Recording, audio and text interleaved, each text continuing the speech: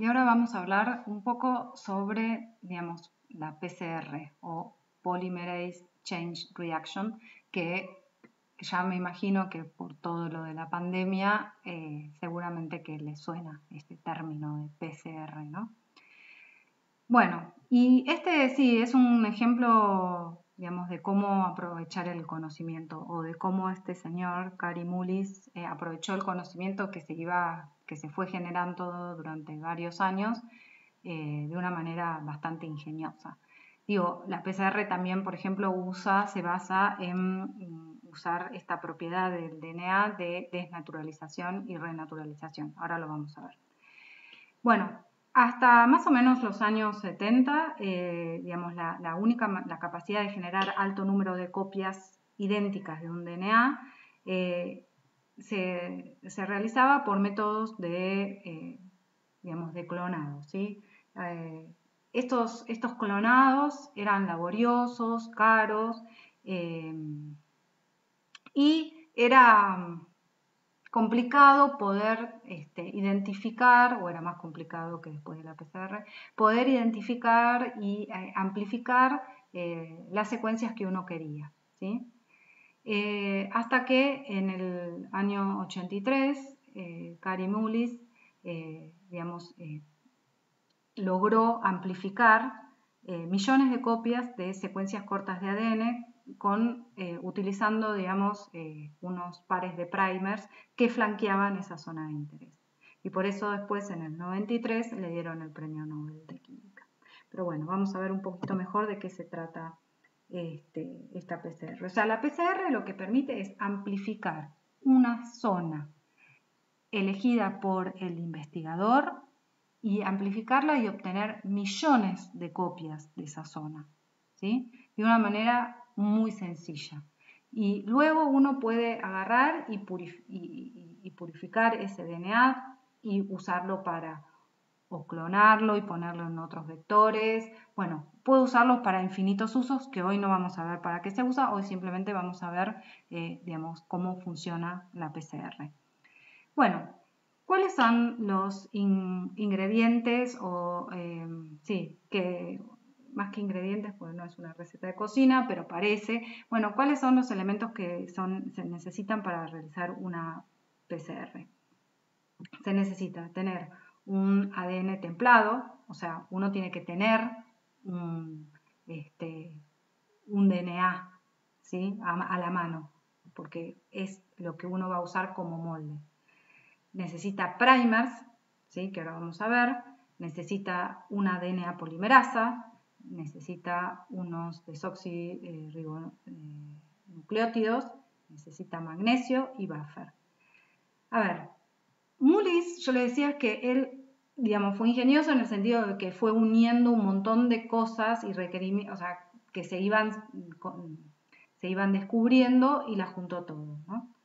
Y básicamente la PCR se basa, digamos, en dos propiedades del DNA. Una es esta, la capacidad de desnaturalizarse y renaturalizarse.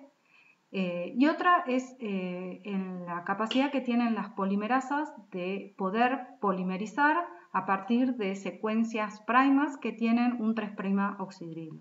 Entonces, si uno fabrica estos primers, digamos, lo que necesita, digamos, esto lo tiene que hacer el investigador. Para hacer esto, digamos, tiene que conocer un poco algo de la secuencia que quiere amplificar. Hoy en día hay un montón de genomas que ya están secuenciados y que están disponibles, con lo cual generar estos primers, que son estas secuencias cortitas de 20 nucleótidos, es muy fácil. Y una vez hay programas, nosotros nos vamos a ver en TT cómo se hacen para diseñar estos primers. Bueno, hay programas que te permiten diseñar esos primers y hay compañías biotecnológicas a las cuales uno le manda la secuencia y estas compañías te sintetizan este primer y te lo mandan, ¿sí? Y bueno, después se usan DNA polimerasas. Vamos a ver que tiene que ser una DNA polimerasa particular. Si bien tiene la capacidad, digamos, de unirse a estos primers cortos en el extremo 3' oxidrilo, vamos a ver que tiene que tener una particularidad. Bueno, los DNTPs que necesita la polimerasa para poder sintetizar un DNA complementario, magnesio, porque la enzima, la DNA polimerasa, la necesita para poder realizar su actividad catalítica, y bueno, buffer, que tiene sal, que yo. Y todo esto se hace en termocicladores, o más conocido en la jerga científica, PCR-eras. Antes, digamos, Mullis lo que hacía era, usaba estos baños que tenía, acá ponía agua y los calentaba a distintas temperaturas. Los termocicladores o las PCR-eras son estas, que tienen este peltier que en realidad lo que hace es sube muy rápido de temperatura y baja. Antes lo hacían a mano, y ahora vamos a ver bien en qué consiste una PCR. Bueno, pero estos son los ingredientes que se necesitan para hacer una PCR. Esto lo tiene que tener el investigador disponible, esto lo diseña el investigador a su voluntad porque quiere estudiar un gen de todo este genoma, un gen en particular. Esto lo compra y lo compra. Y esto también lo tiene que comprar con subsidios, que si no te salen, no sé de dónde sacar la plata para comprar, pero eso ya vamos a discutirlo en otro momento. Entonces, ¿en qué se basa la PCR? La PCR son ciclos de, digamos, en donde uno amplifica una secuencia particular que quiere.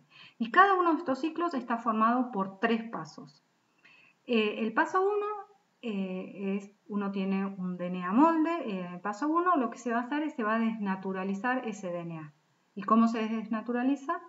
Por temperatura, ¿sí? ¿Y en qué se basa esto? En esta propiedad física del DNA que es capaz de desnaturalizarse. Entonces, se aumenta la temperatura, se separan las hebras. En el paso 2, se baja la temperatura a una temperatura que permita ¿qué? Que permita el annealing o la renaturalización, el pegado de los primers a la secuencia complementaria. Y esto se va a dar por complementariedad de bases, por otra propiedad que tienen los ácidos nucleicos, que son capaces de unirse por complementariedad de bases con una hebra complementaria. Entonces, estos primers que diseña el investigador tienen que ser complementarios a la secuencia que yo quiero amplificar. Y, digamos, la secuencia que se va a amplificar, el tamaño de la secuencia que se va a amplificar va a estar determinada por estos primers, por el primer derecho y el primer izquierdo. O sea, la cantidad de nucleótidos que lleguen hasta acá y hasta acá. Ese es el tamaño de lo que uno quiere amplificar. Entonces, el tamaño está puesto por el borde externo de estos primers, ¿sí? O sea, no se va a amplificar más. Entonces, se baja la temperatura en el paso 2, se permite el pegado de los primers por complementariedad de base a cada una de las hebras. Y en el paso 3 se aumenta la temperatura hasta una temperatura que sea la temperatura óptima de funcionamiento de la DNA polimerasa, que acá otra vez la PCR se basa en ¿qué? En esta capacidad que tiene la polimerasa de engancharse a un oxidrilo 3' libre que esté bien unido, digamos, de este primer, y sintetiza, ¿sí? En realidad la polimerasa, bueno, ahora vamos a ver. Bueno, y estos tres pasos, paso 1, paso 2, paso 3, forman un ciclo. Y estos ciclos se repiten 30 veces, 40 veces, lo que uno quiera, y permiten obtener millones de copias del segmento que uno quiere amplificar específicamente.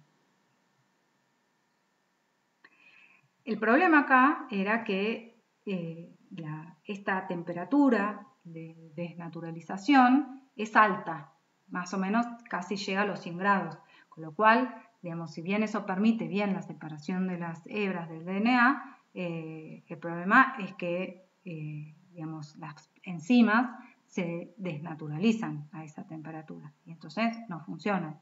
Entonces, bueno, ¿cómo se hace eso? Porque uno necesita una polimerasa que si bien que resista estas altas temperaturas y que no se degrade, porque si no sonamos. Entonces, Mullis se basó también, o este descubrimiento se fue facilitado porque en los años 70 Brock había descubierto una cepa de bacterias que se llama Thermus aquaticus, digamos, que podía crecer en estas aguas termales muy calientes en Yellowstone, y entonces era capaz de que todos sus procesos digamos, celulares ocurrieran a altas temperaturas. Digamos, a finales de los años 70 se aisló de esta bacteria una DNA polimerasa que se llama Thermophilus aquaticus DNA polimerasa, por eso es la TAC, ¿no?, que se usa, que es la polimerasa, que bueno, resistía esas altas temperaturas. Entonces, usando esa TAC DNA polimerasa que puede funcionar a altas temperaturas, a Mullis se le ocurrió, bueno, ¿por qué no levantamos la temperatura para que se desnaturalice el DNA? ¿No? Y lo hizo en estos cositos. Levantamos la temperatura para que se desnaturalice el DNA, bajamos la temperatura un poquito pero a una temperatura en donde, digamos, que no sea tan baja, sino sea la temperatura correcta que permita el anillado o la renaturalización de los primers a mi secuencia de interés, y después levantémosla de nuevo la temperatura para que sea la temperatura óptima de la DNA polimerasa.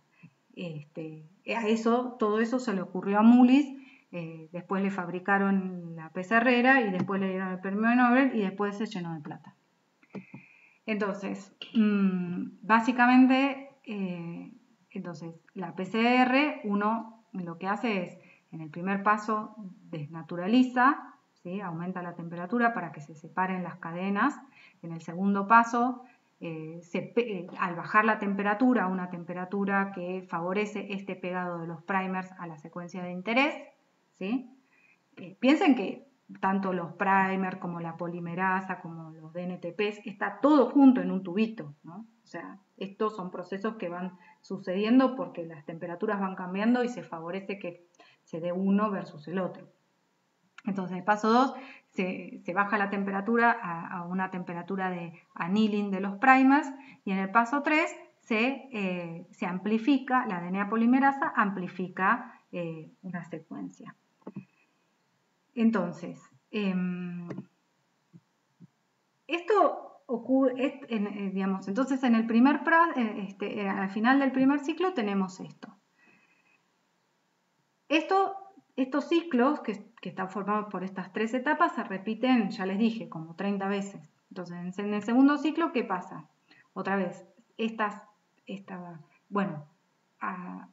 otra vez se levanta, en el primer paso del segundo ciclo, se levanta la temperatura, las cadenas se separan, ¿sí?